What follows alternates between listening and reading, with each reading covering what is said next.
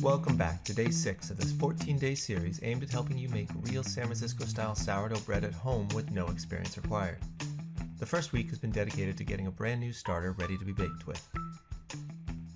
The video on day 4 gave you 2 steps to continue with as your starter becomes more active.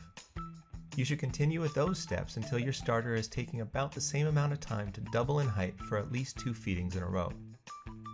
So that's going to be your sign that it's ready to move on to this step. If you're not there yet though, don't worry. Just continue the first steps until you are. And make sure to watch the day 5 video as well for some tips that can help you along the way. Okay, so if you're following this series live, then I really got to apologize for this video being posted late again. But this time I have a really good reason. You might have spotted that I don't actually have any wholemeal flour left. That happened after I fed my starter last night, and given the current lockdown, I had to wait until the 24-hour shops opened at 8 a.m. to queue up and hope for the best. So that didn't exactly go so well. I went to 3 different shops and all they had was white flour. But I still had a bit of that left, so that didn't help much. Luckily though, I was able to call in a favor from a friend and arranged a socially distanced dead drop outside of his house to pick up a tub of the good stuff. So thanks to Steve, we can now proceed. My hero. Okay, so by now you've already mixed flour and water on the day 2 video, given it an initial feed on the day 3 video. Then you hopefully avoided the pitfalls we talked about during the day 3B and day 5 videos and have worked your way through options A and option B on the day 4 video, right? Clear as mud. Well, if you missed any of those videos, here's a link to the full playlist so you can catch up.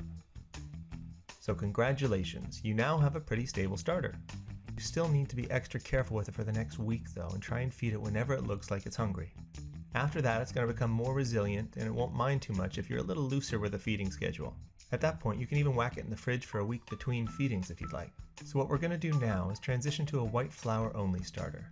Keep in mind that this is not required for sourdough bread making in general. There are lots of different styles and sourdough starters can be kept with just about any flour you'd like, but for me personally, I like to keep a white flour only starter for creating San Francisco style sourdough bread. Now just a quick note on that too. When I say San Francisco style sourdough, there are actually a lot of variations, and plenty that use a lot more adventurous flour combinations. But like so many of us, I tend to love the things that I grew up with the most. And for me, growing up in the San Francisco Bay Area in the 80s, that was a nice, crusty, all-white loaf of sourdough bread with a nice tang behind it. So that's what I mean when I say San Francisco sourdough bread, and that's what I'll be showing you how to make for the remainder of this series. Okay, I'll step off my soapbox now and we can get back to feeding your starter.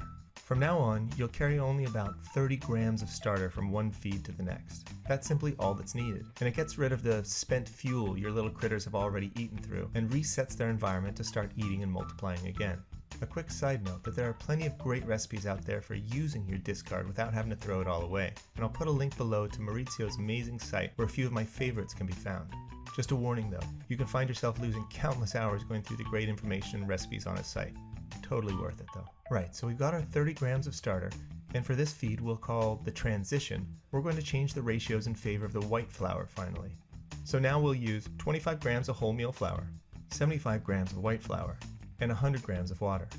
A quick tip, if you stir your water in first, it'll be easier to mix and you'll also make sure your starter is evenly distributed through the new flour. So give that a mix, pop it back into its final container with a rubber band on it and put it back in its warm environment to grow again. By this point, you're probably finding that your starter is peaking somewhere between 4 to 8 hours if you're keeping it in a nice warm environment. This is great for your starter, but it's not so good for your sleeping schedule. So when you give it a feed at nighttime, I'd recommend putting it in a cooler environment so it'll make it through the night without burning through all of its food. This transition step probably only need to be for a couple of feedings. Just keep in mind that this change will probably affect how high your starter rises and how long it takes to get there. Just make sure that you're seeing a consistent cycle for at least 2 feedings, and then you can move on to the final step that I'll outline in tomorrow's video. If you do find that things look a bit erratic with the new flour mixture, you might want to give it a couple days to get used to it before changing it again.